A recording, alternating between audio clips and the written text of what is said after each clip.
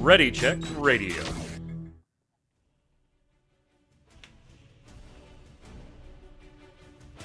Stand by as we get ready to serve up all your news this week in the world of gaming. Welcome to Gaming Gumbo.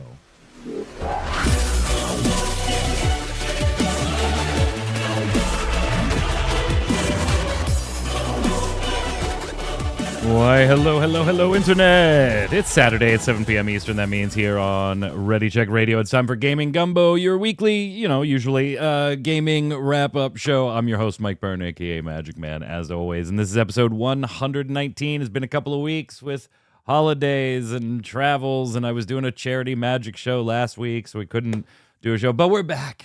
We're back. And we'll have a couple shows, then Thanksgiving, and then a couple shows, then Christmas. But everything, no theater shows or anything, so we should be good. We've got a lot to go over, catching up on some things, and of course, this week's mess of news about Dragon Age. Oh boy, yeah, we'll go through all of it. If you're watching us on YouTube or listening on Audible or Spotify, thank you so much. Give it a like, a subscribe, thumbs up, turn on those notifications, everything that feeds the algorithm. You can also just head to ReadyCheckRadio.com right there on your screen, and you'll find the entire backlog for all of our shows, including the Relic Grind and this one, and our Twitch page if you want to join us live with chat here, chiming in as we go. Joining me to go over all the fun stuff today, Mr. Dom Greco. What's up, sir? Hello. Hello. Speaking of magic, I just came back from Vegas. I had second row seats to Penn and Teller. It was a fantastic show. Very nice. Show. Did they vanish a elephant at the end? Because they kind of cycle and change things. So they did. I actually got to go up on stage for that one. It was really cool. Yeah, I saw them in March, and that was the current lineup of what they were doing, was vanishing a quote-unquote elephant. It was a spotted pygmy elephant, to be exact. Exactly. Yeah, chat, I know there seems to be something up with Twitch. Yeah. We're green across the board here, so I'm just going to keep going, and if Twitch is being a butt, it's being a butt. I apologize for that. But we'll have the recording and the audio if you want to check it out afterwards. Also on the line, resident artist of Ready Check Radio, the one who did our Halloween Gaming Gumbo slides here, Mr. Yod. What's up, sir? Watching Twitch buffer and be really late on these slides. Yeah, it's fine. Like, there's nothing we can do. Hey, if I was not green across the board, I would have started with restarts and everything, but you know, it is what it is. Yeah, it sounds like it's on Twitch's end here. Twitch being a butt. Yeah, it happens. Wow. It happens. Yeah. This is bad. Well, we got lots of stuff to talk about, so let's just jump right to it. I think, gang, we should just start with Dragon Age. Like, obviously, we're going to touch on a couple of things that happened over the last 2 weeks or so, but I think let's start with one that happened this week, and that is the release of Dragon Age: The Veilguard, RPG coming out of Electronic Arts and, of course, BioWare, right? Known for story-intensive, driven RPGs. And obviously, we talked on the show previously that this one, Dom's, had a little bit of a controversy to begin with before we even got to this week, with, some people not being very happy with the art style and saying, hey, that's not very Dragon Age. Dragon Age traditionally in the previous titles has been very high fantasy, Lord of the Rings-ish, castles and dark grays and brown colors and lots of drab Renaissance era stuff. This one, skewing a little more towards the stylized art. We commented on this show, by the way, that I actually like the new colorful scheme, but some of the character models do get a little wonky, even though I'm fine with the art style, particularly their damn heads. The scale seems to be a little off. And then, of course, you have the controversy, quote unquote, from a particular portion of the audience that's not liking the inclusion of the options to be male, female, or non-binary, choosing your pronouns, he, they, she, any of that stuff. A character, one of the companions identifying as non-binary. Your character can have some gender identity stuff go on there as well, too. So there's a section of the audience that wants to put that type of stuff in an uproar for whatever reason.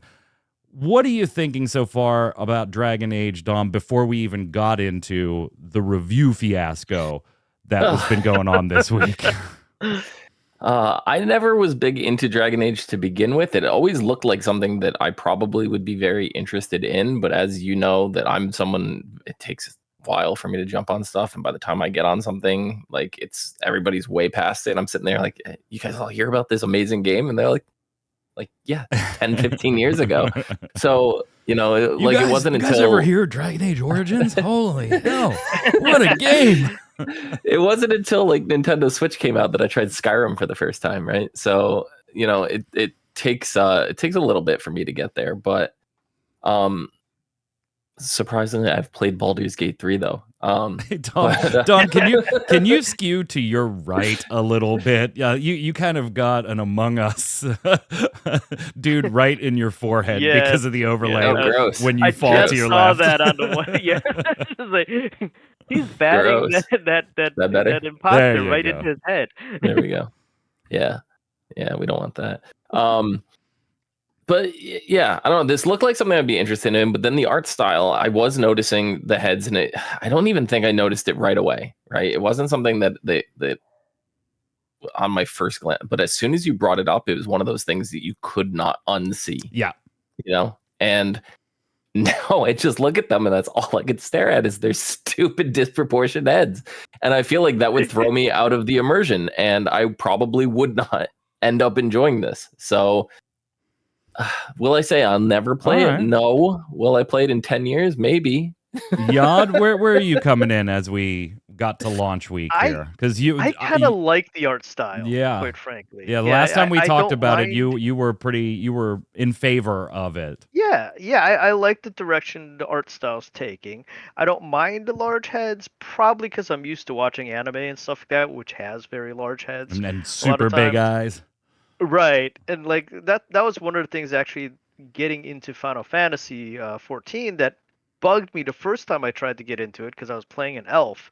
And in Final Fantasy 14, the elves have really tiny heads compared to the rest of their bodies. So that type of stuff actually bothers me. The oversized head I actually enjoy.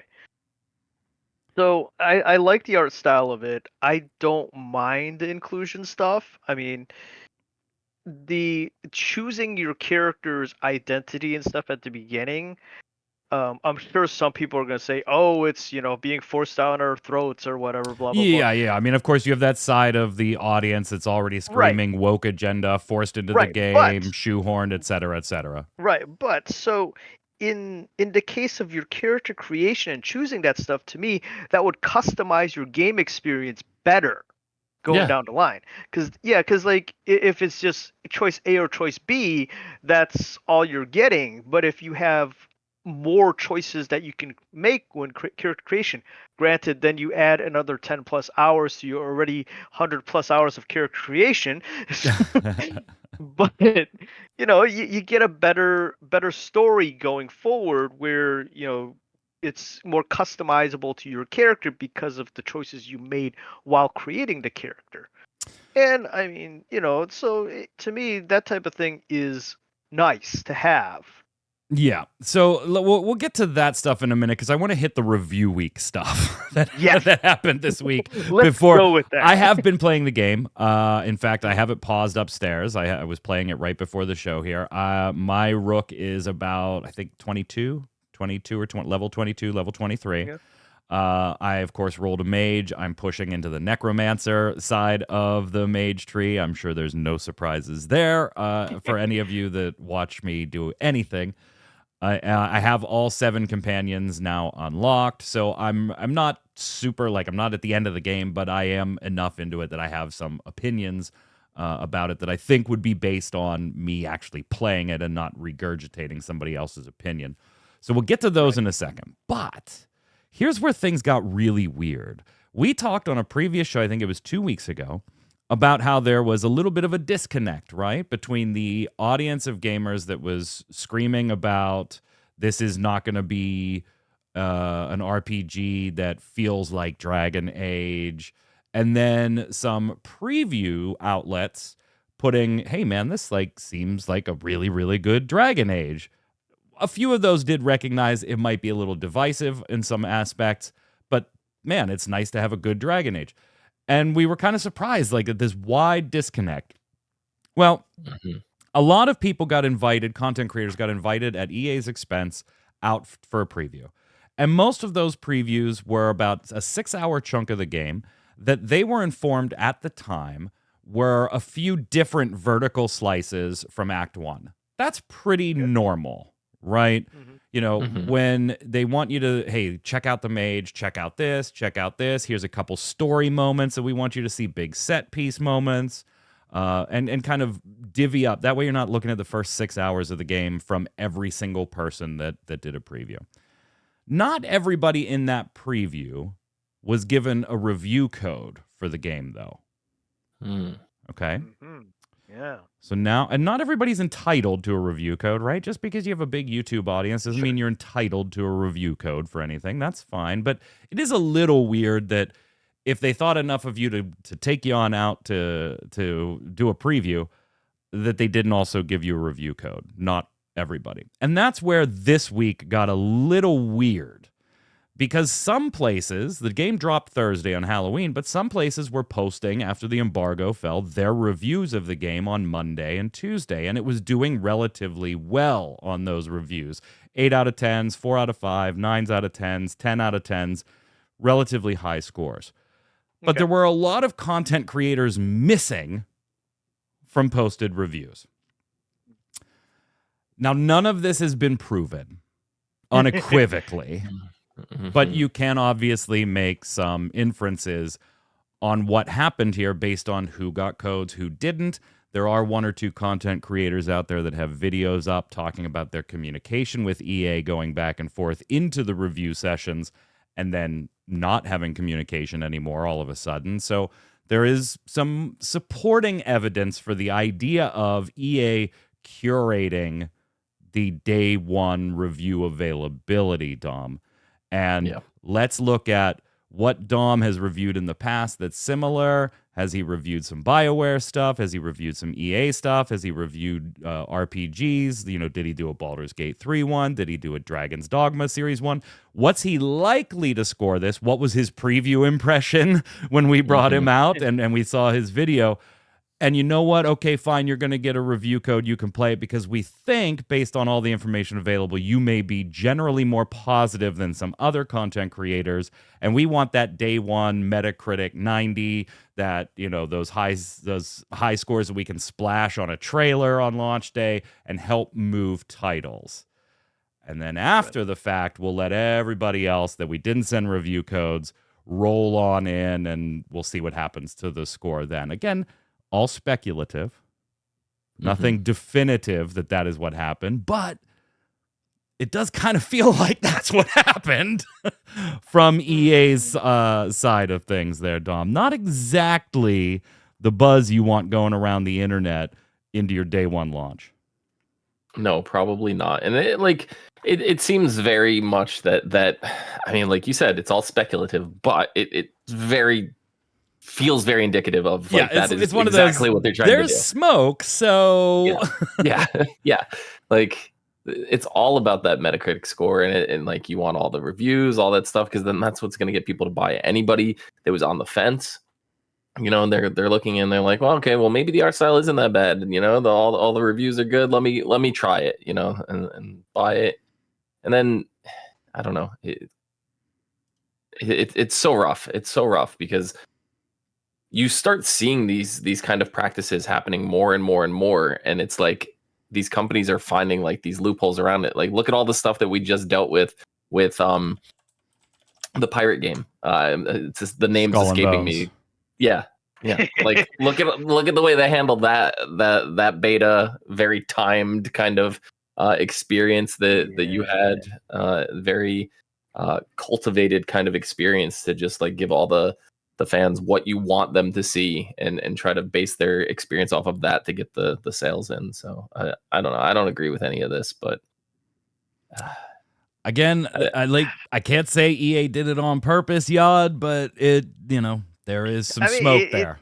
It kind of feels like they kind of did, but I mean,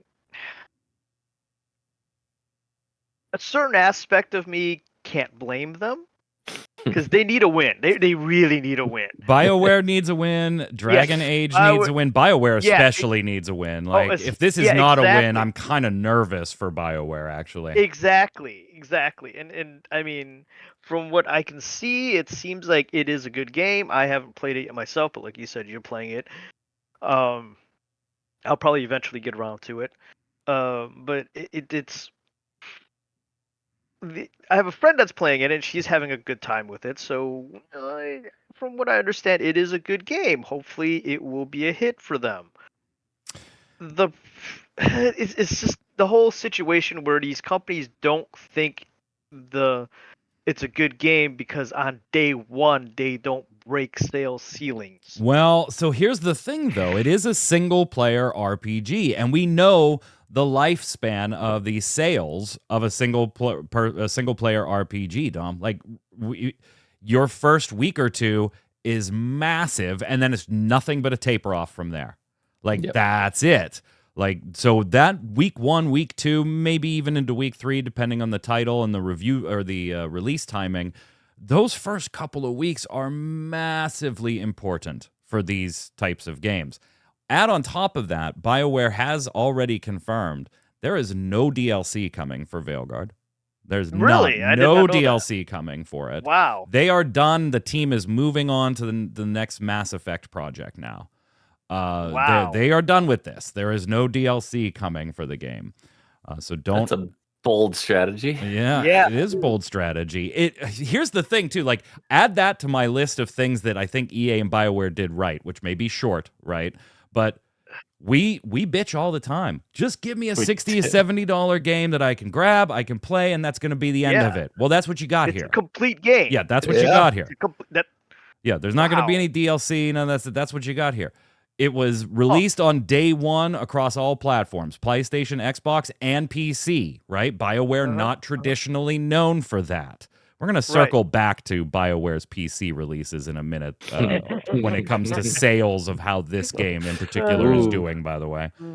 I think there might be a few unfair comparisons going on there.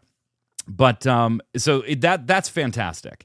None of that de novo or like none of that crap jammed into the game. Now that probably did lead to why the game was easily pirated very quickly at launch. But we'll skip that. We'll skip that. Like there were some things that they did very, very correctly here, aside from the game itself. But BioWare needs a win here, and I'm gonna be honest, I don't think this is it. I don't think this is it. That's not to say I'm not enjoying the game. I am. I am enjoying it I'm whatever level 22, level 23, so I think that puts me about 12-ish hours in because I've been doing some side stuff too, so maybe 15, maybe 11, just somewhere in that vicinity. I have all 7 companions unlocked. Right before this podcast, I actually unlocked the 7th one. So I've got my whole team and all that stuff. And I see Metallica fan in chat. I don't like the art style. Facial expressions look weird or lack of them. Plus the dialogue is so cringe. Yeah, if you don't like the art style, there's nothing that I can say that's going to change that. Yes, sometimes the faces and the facial animations are still a little off, and that's coming from somebody that's okay with the art style. It's not my favorite art style, but I'm totally okay with it. It doesn't bother me that it's more colorful and 90% purple. like that doesn't bother have me. a purple motif. Yes, it does. On the dialogue being cringe, let's kind of extrapolate that out a little more to being like the whole narrative, not just this piece of dialogue or this piece of dialogue. Because it is very easy to make your point in a YouTube video and zap 1 or 2 pieces of dialogue and totally out of context, you're like, ugh, that reads pretty rough. Like I have seen people using, there is what's her name? Tasha? Yeah. Oh my God, I can't remember. There's so many damn characters. Companions. Let's see. Like this is literally the last companion I just got, so I don't know their name yet. Tosh, yeah, Tosh. there's a line that I keep seeing come up in like this game is so woke arguments. And it's a line of dialogue where they say, I wear a lot of things. That doesn't mean you get to tell me who I am. And so out of context, you may, if you're looking at it from like that not liking woke or stuff like that in your games, that out of context is like, ugh. That line is in the subject of a conversation about, hey, I thought you. I'm not going to remember like the religions and races in the game, but hey, I thought you were race A. No, I'm not race A. I'm actually race B. Oh, but you're wearing the armbands of race A. Well, I wear a lot of things. That doesn't mean you can tell me who I am. Oh, well, okay. Like, it might not be the best written line, but it has nothing to do with like a gender identity or anything that it's being used in those videos. And it's still kind of cringe. I will give you that. It's not the best line in the world, best written line in the world. But it's not nearly as cringe when you hear it in the context of what it was responding to. And I want to take a second on BioWare because BioWare tells great stories. Right? That's all we hear, Dom, over and over and over again. BioWare, you know, the original Dragon Ages and the Star Wars, the Knights of the Old Republics, and et cetera, et cetera. Yeah. This ain't a BioWare level story if you compare it to that. It just isn't. That doesn't mean it's bad or that's, you know, not okay, whatever. But you also have to look at BioWare itself, Dom. None of those heads are there anymore. They haven't been there for a while. That's true. That is very true. I guess the best way for me to put it is as far as the game itself goes, it's very Forspoken to me. Yad. It is, hey man, you're a company in Square Enix that should, you know, has a high bar for RPGs in most consumers' minds, and Forspoken wasn't it. Yeah. It was a tuna fish sandwich RPG. You know? I mean, I feel like, at least for me, Dragon Age the Veilguard is going to fall right into that category. Right into that category. Right. I'm probably not going to remember a lot of it 6 months after I've played all the way through it. I'm going to enjoy my playthrough. Mm-hmm. And I probably won't have the memories of it that I do of Dragon Age Origin or Dragon Age Inquisition. And that's okay. But it's just probably going to be an average RPG with some average fantasy trope writings, at least so far. Again, I still have relatively long way to go, but I'm far enough in it that I can kind of feel comfortable saying, I think that's where it's going to end up. Which, you know, not every RPG is going to be amazing. Yeah. We can't expect every single one to raise the bar. So there are gonna be those, you know, like you said, tuna fish sandwich RPGs, which it'll do for lunch, you know, whatever. But like we said before, BioWare needs a win. Yeah, and I don't think an average RPG, at best, is gonna do it for them. Yeah, it's. Now, does this still feel like a BioWare game, or does this feel like another company came in and made this? That's a good question. Man, that puts me on the spot. It does. Okay, again, not having been all the way through it, and I have heard from reviewers who I don't know how any of this stuff ends. I've stayed away from spoilers.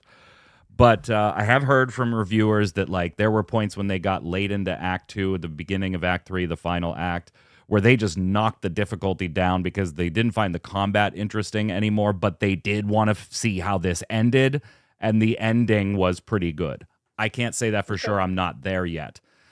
But if I had to answer that question right now, Dom, and maybe my answer will change when I'm done, it feels like a different team came in and tried to make a BioWare game, if that makes sense.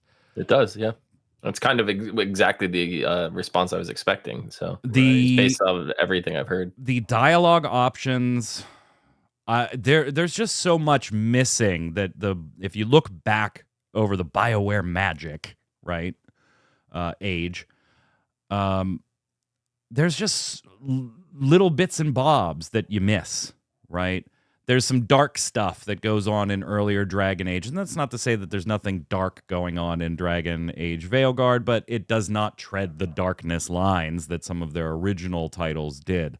You really can't piss off your companions. You can make, at one point in the first 20 levels, you can make one decision that makes one of them hardened against you for a while, and all Won't leave. that means is that they gain favor with you a little slower, and it does change their combat a little bit. Like, they may do more damage, and they're not going to drop heals on you anymore until you earn that back. But you can't piss off a companion into leaving. You can't be the bad guy, right? Then I definitely am not interested in this game. Yeah, like you can be the ultimate paragon of good. You can be the jokey good leader of the group, or you can be the no nonsense. Let's get straight to the point of the conversation. There is no option to put down a companion or dialogue, and you can't tread the line even of being like Machiavellian, Yod, where it's just like, hey, you know what? This decision I'm going to make is going to nuke a town, but it's for the greater good of, saving the world.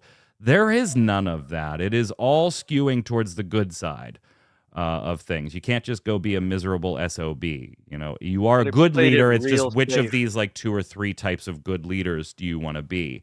The conversation stuff with your companions is fine. There are 1 or 2 companions that I think have really thought out backstories and some touching scenes with some good voice acting. Balara talking about her brother is a perfect example of that. They're not all like that, though. Like, some of them are, but you can't piss them off into leaving. And setting aside narratively why they may have done this, right? If they were going to introduce a non-binary companion, I think there might have been some thought on their side, and I don't want to put anything in their mouths. I'm just speculating here, but there might have been some thoughts on their side of, well, we don't really want people to be abusive or mean to their companions, because then there's going to be a whole internet slew of people being mean to this non-binary character, and then whether that was their intention or not, I don't know. I actually think it's more tied to the fact that your companions get skill points based on your reputation gains with them. So it doesn't make sense for you to then lose reputation and then also lose skill points. It's a weird thing to tie the two together, by the way. It is. It's a very weird thing to tie the two together. That is a weird choice. So yeah, I don't know. Sales wise, I've seen some comparisons, and I put in the show notes like, hey, it's doing really, really well. It's doing better than a bunch of other BioWare titles. Right. It set Steam records for BioWare games. Great. Most BioWare games have not come out on day one on PC. In fact, some of them were like 6 years after release. I would expect a day one release to do better, Dom. I would expect a day one release. It still has yet to crack 100,000 players on Steam, though. And this is weekend 1. And yeah, 70 or 80,000 players on Steam, and it being available on the other platforms is great. Those are big numbers, but those aren't the numbers I think EA is looking for out of this one. They just aren't. And if you compare it to like Dragon's Dogma when it released, other single player RPG, Baldur's Gate 3, good luck, forget it. Forget it. You really can't match Baldur's Gate 3 at this point.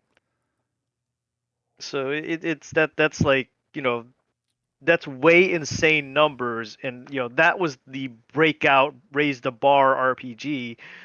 And considering how long this Dragon Age game has been in development, I don't think they could have switched gears enough, like without how much they put into it already. They can't really switch gears enough to really go up against what Baldur's Gate 3 came out with.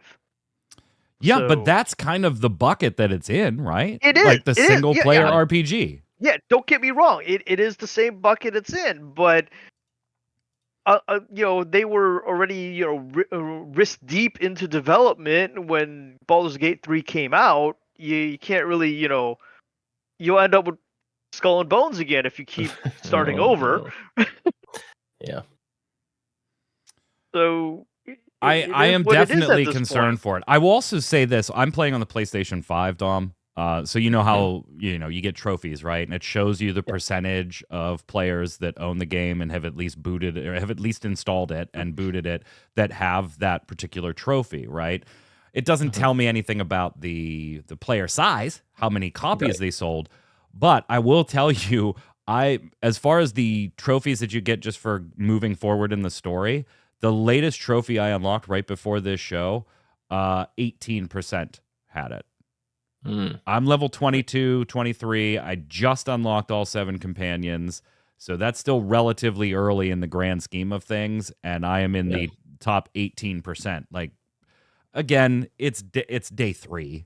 It's still a new game. So people working their way through it, got to work, stuff like that. But 3 days later, I still feel like I don't know where the act splits are, but I still feel like I'm kind of ramping up, right? I've just met everybody that's on my team. I still feel like I'm in Act 1 and I'm in the top 18% of players that have made it to that point. That's a little concerning. And I'm going to watch those over the next week to see are people dropping the game. I'm very, very interested to see how it does, but I'm also a little nervous for it. And by the way, for the whole like non-binary, go fly a fucking kite. Like, it is so not. It just doesn't matter, right? No, it really doesn't. And like I said before, for character creation stuff, more options is good. Yeah. More options is good when you're making your character. It customizes the game later on. I think it was Skill Up that said a lot of conversations in the game feel like HR is in the room, and I can't disagree with that. That kind of goes to my point. That kind of goes to my point on you can't really piss anybody off. Like the dialogue, that part of it. the dialogue options, there is no real chance to piss anybody off. And I will tell you, like somebody's town got destroyed by a dragon because of a decision I made, and he still came back. Like he still came back. By the way, that town was my hometown too. I opted to save a different town. So like it was double betrayal. And he was away for like 2 story missions and then came back, and he's the one that's currently hardened with me right now. And it takes a little more to gain experience. But yeah, it's the wokest 1-star game that ever woked. What's up, Takal? Yeah, on the woke front, I mean, I feel like it's being blown out of proportion.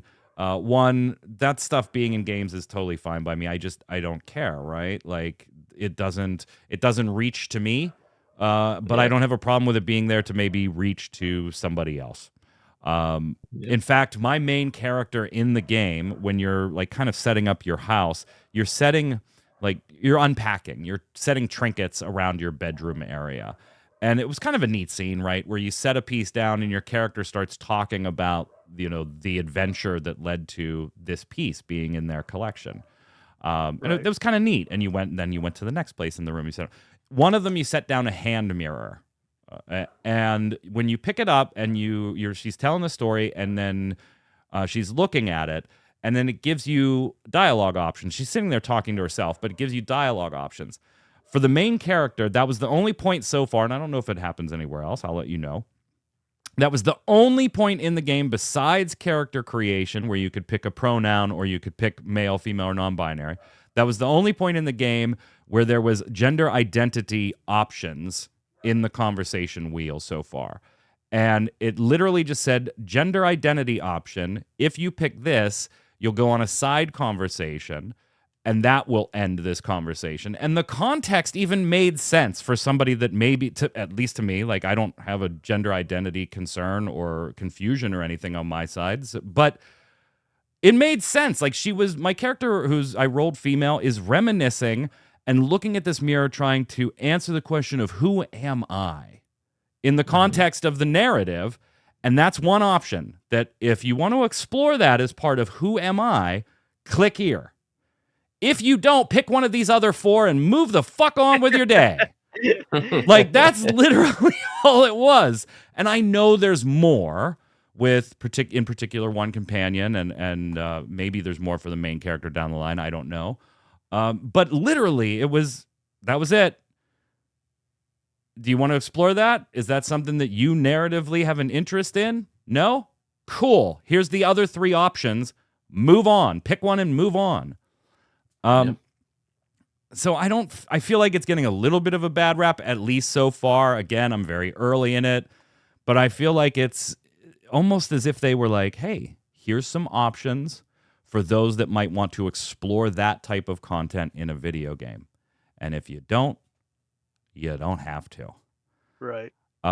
Will it get a little more in my face or whatever? Like, I don't know. I'll see. But right now, it's like, I don't have a problem with representation in games, even if it's not representing me. Right? Right. I will say this, by the way, for a game that does have a relatively expansive character creator, and by the way, Takal, good to see you here. You want ethnic hairstyles in an RPG? Jesus, does this game have you covered? Like, it Nice. absolutely has you covered for ethnic hairstyles. Hairstyles that the people of color, indigenous people, like, it has you covered. However, if you want to be a woman with bigger than a B cup, get fucked. Like, that ain't happening here. That ain't happening here. Wow. The boob slider only goes to about a B cup. The bulge slider goes to about a D cup. So if you want to put that crotch bulge in there and make it nice and big, you can. But get bent if you want chest bigger than a B. Even though some characters have, like, pretty big milkers, you know? Like, they got, you can't do it. Yeah, you can't do it, but they Companions can. Yeah. Okay, then. Yeah, Metallica fan, the point is taken. There are some, like, it just feels basic in the writing. I will agree with you there. Have we gone on enough about Dragon Age? I think we might have. I'm going to let you talk for a little while, y'all. Destiny 2 is doing a ton of things over the next year. Yeah. They are and I stopped playing it a few months totally ago. changing up the way they do expansions. And I stopped playing it a few months ago. Did you What? really? Yeah. Why? Are you coming back? Did you have a breakup? I don't think I'm playing it again. Why? It just I haven't been feeling it. It's just a lot of not very good. Did you stay out late one night too long? You had to sleep on the couch, or like what happened? Well, for one, I played Dawn Trail. Oh, and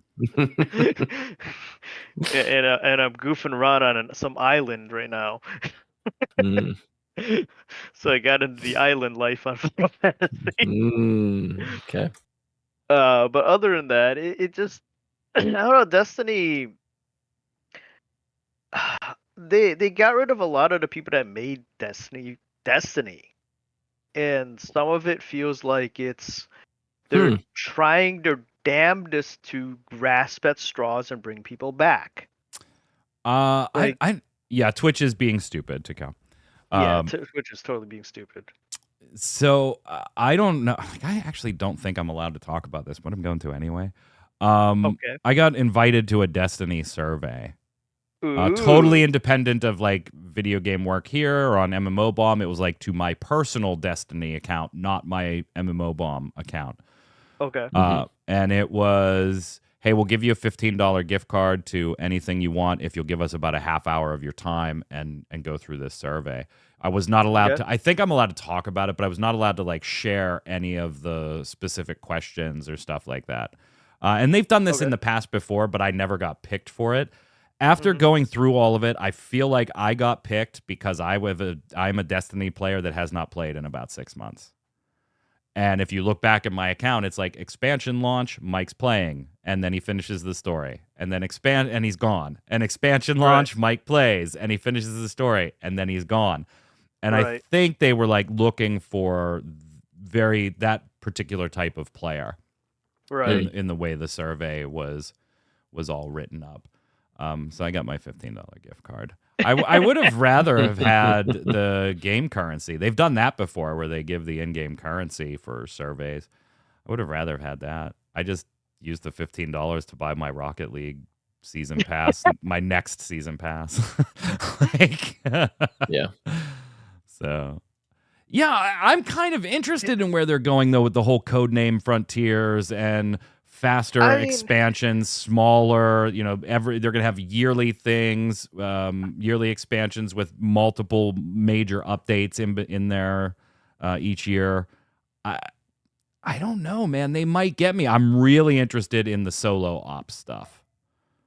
Solo ops does sound interesting, and I mean it is a way to go. I mean, like one of the things that got me in Final Fantasy 14 is the way they rig it so that you can play with a group of friends if you have a group of friends. Yeah. But you can also do the entire game top to bottom by yourself. Yeah. And that's one of the things that really got me about the last few especially the end of the last season, is that the mission you have to play for the story, you need friends. Yeah. I mean, you need other people with you playing to finish that mission. And on top of that, it was like a 3 fucking hour ordeal. I mean, that is kind of where they're talking about going, though, is in smaller, shorter, bite-sized content, solo, smaller group, But they already got so much of my money that I'm just like, I don't want to sink anything else into you. I will say that, like, there is at least, let me ask you this, because somebody that's like intimately involved with the story and everything. After Final Shape, did you feel like Destiny 2 was done? Like, did they get through the story enough that you were like, okay, that was cool, we're done. Now it's time for a Destiny 3. It felt like a pretty good ending point.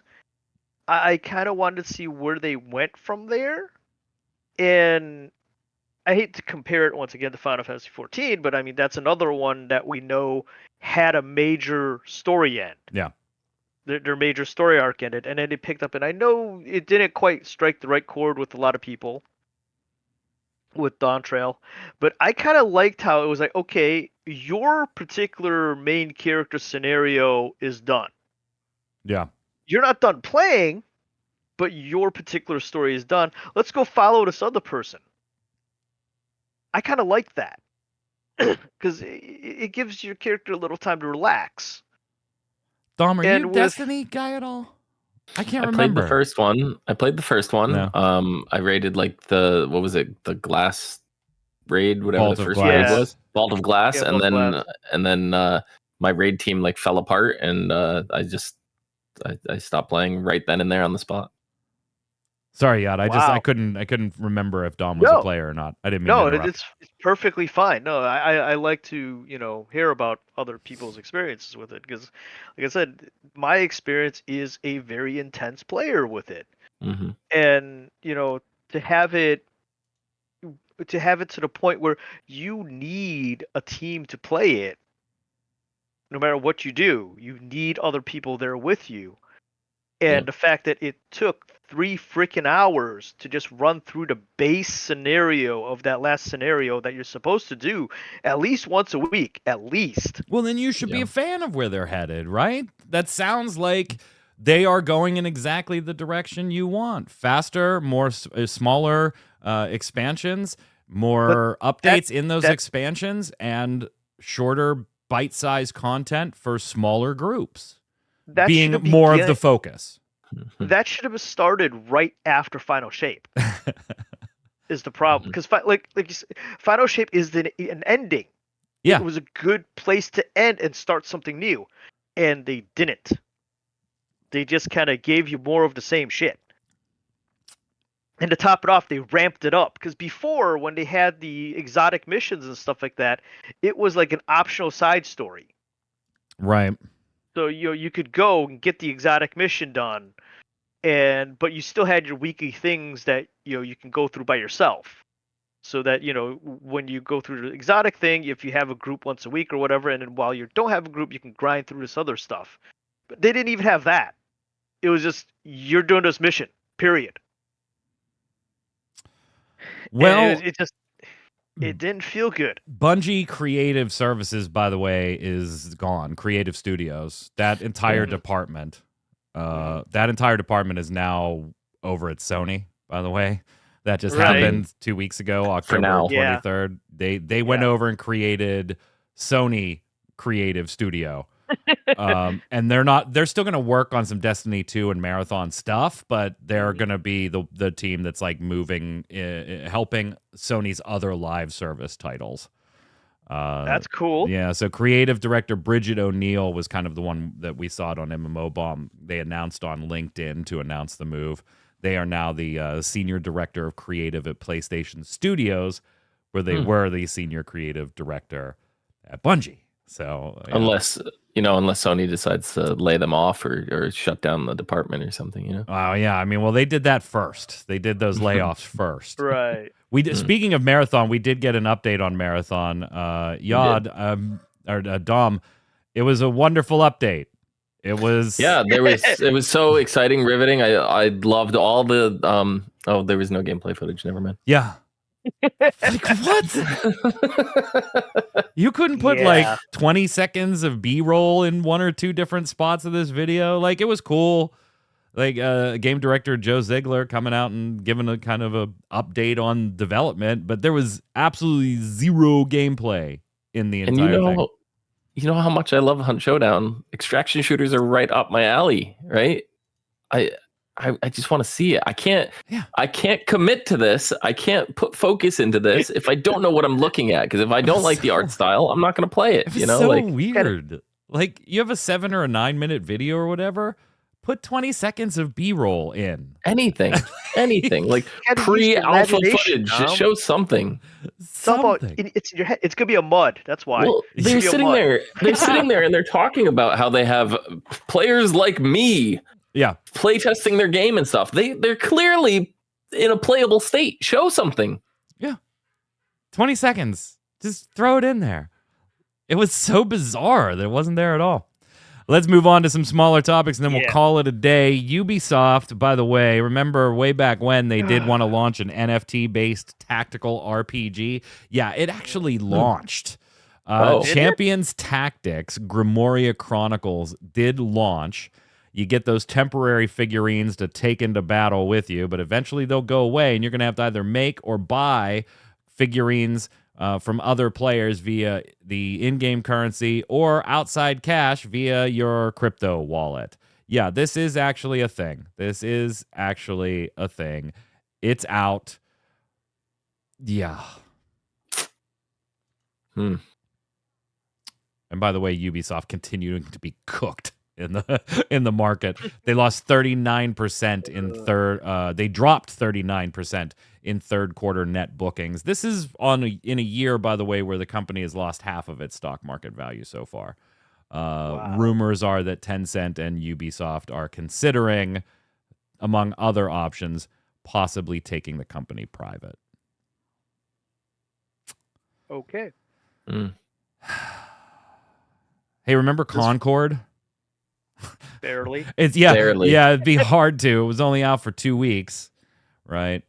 Firewalk Studios, the team behind it, has now been shuttered. Sony closed the entire studio. So if you thought maybe Concord would be reworked, no, it's done. It's done. I got my sealed copy right back there. It's done.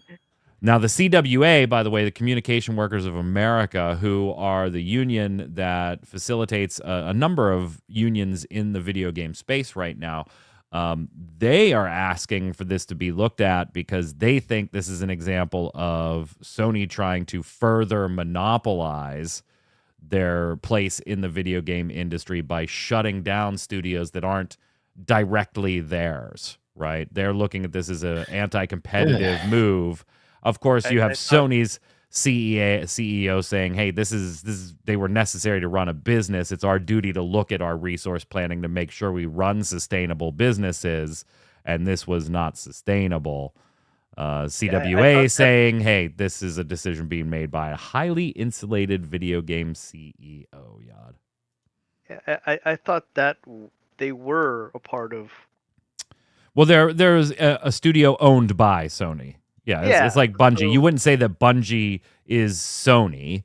Like if Sony, you would say that there were layoffs at Bungie, not layoffs at Sony. part right? of me wishes they were at this point. Part of me thinks they will be. Yeah. I can see where you're coming from with that, yeah. And I mean, I do hope that those people that were in the studio land on their feet, or Sony does something for the, rank and file where they can shuffle them off into other studios or whatnot. But I mean, Yeah, you that's not had gonna one happen. game. That's- You had one chance. Yeah, that but was your so chance. much of that. That's the thing, though, and that's kind of where Dom, I can kind of see where the CWA is coming from a little bit. Like Concord, Firewalk got pushed. Concord was pushed on them by Sony, and pushed to be this thing, this live service thing for Sony, and pushed and pushed and pushed and pushed, and then it didn't work out. And it isn't Sony that pays the price; it's Firewalk Studios. Now, yes, Sony's going to ultimately pay the price in money, right? They spent a ton of money and helped finance big portions of this project, and it's not going to make that money back. But nobody at Sony is losing their job over it. The executives that pushed for it aren't being, let go for it. The studio that did what Sony told them to do is the one suffering. And that's often the case in the video game industry, right? Golden parachutes for the top, the layoffs come for the bottom. And I think that's kind of what the CWA is pushing against here. And just kind of, they don't have any say in this one. The studio wasn't unionized, but they are definitely jumping on it, Dom, as a point of this is why you unionize. So that you have, obviously, you're not immune to this type of stuff just by unionizing, but there are protections built in place through contract negotiations that kind of limit these types of decisions when possible. Doesn't solve it or take it away entirely, but it can help mitigate some of the impact to the rank and file employees. Yeah, definitely. Yeah, I mean, like I said, I hope those rank and file guys, have some kind of help. Hopefully, Sony's not completely heartless in that respect. We shall see. Yeah. Hey, Path of Early Access, Path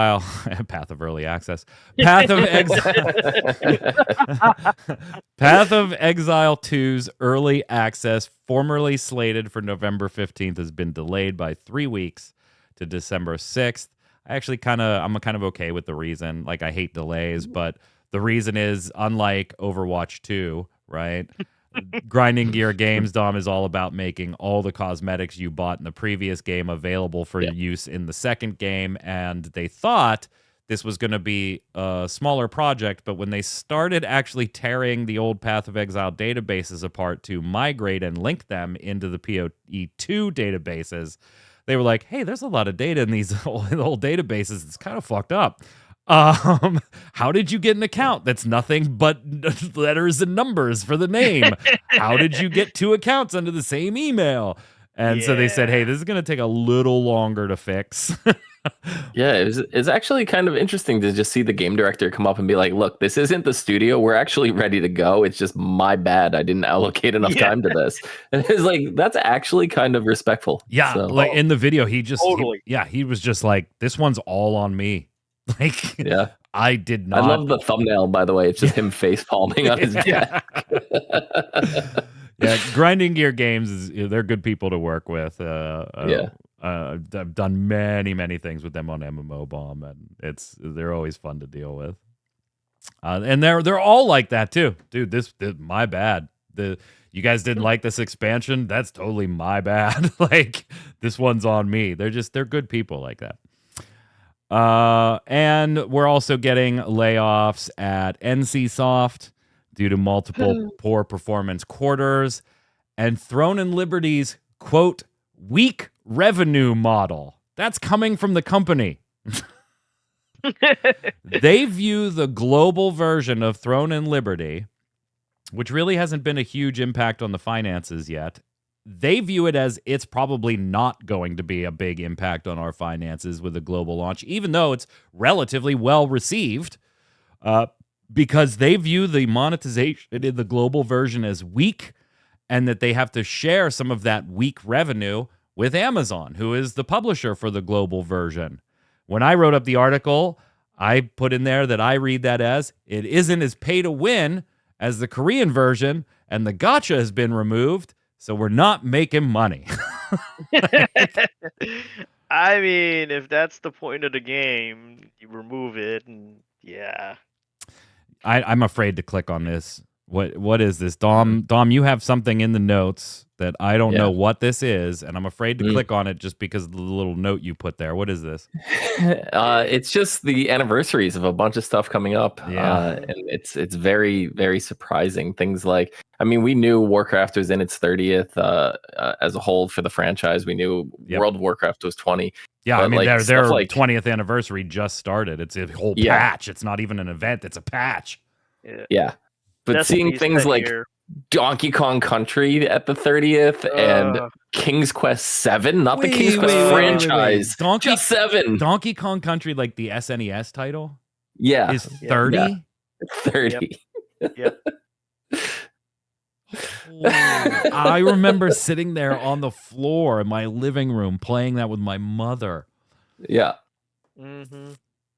King's Quest 7. That was a big one for me. I think that was, I don't want to say it was my first King's Quest, but it was the first King's Quest that I beat, right? King's Quest 7, The Princeless Bride. It was like a really cool, like partially animated kind of playthrough. November 22nd, 1994. Like, that's insane to me. Yeah, there's a whole lot here. Metroid Prime 2 Echoes, 20th anniversary of that. Oh my God, 20th anniversary. Yeah. But Here's speaking your of Vampire the Masquerade Bloodlines at 20. EverQuest 2 turns 20 next week. They've been celebrating, EverQuest and EverQuest 2 have been celebrating the year of Darkpaw for 20 and 25 all year, but EverQuest 2's actual 20th anniversary is this coming week. I think it's November 8th, if I remember right. So this coming Friday. World of Warcraft Warlords of Draenor expansion is already 10 years old. Oh my God. Wow. No. Wow. No. Let's go talk about some old games of the week.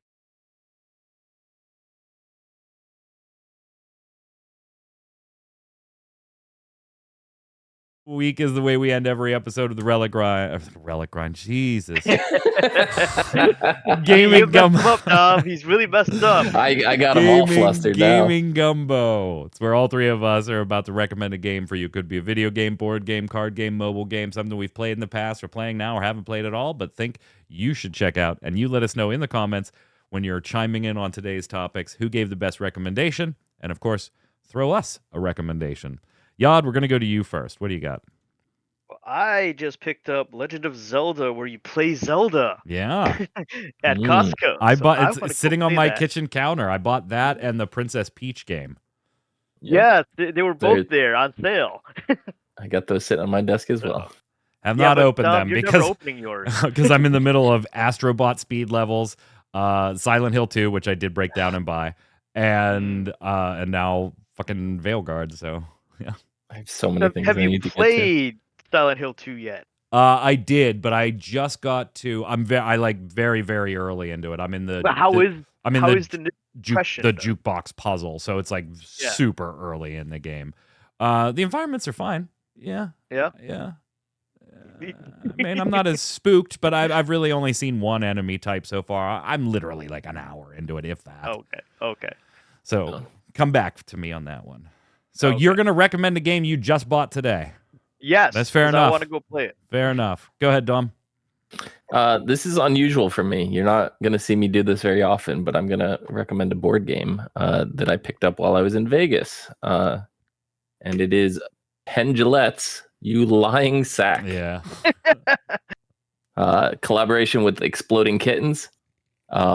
And it's just a game about deceit. You hold objects in your hands and you obscure them and you try to lie to each other.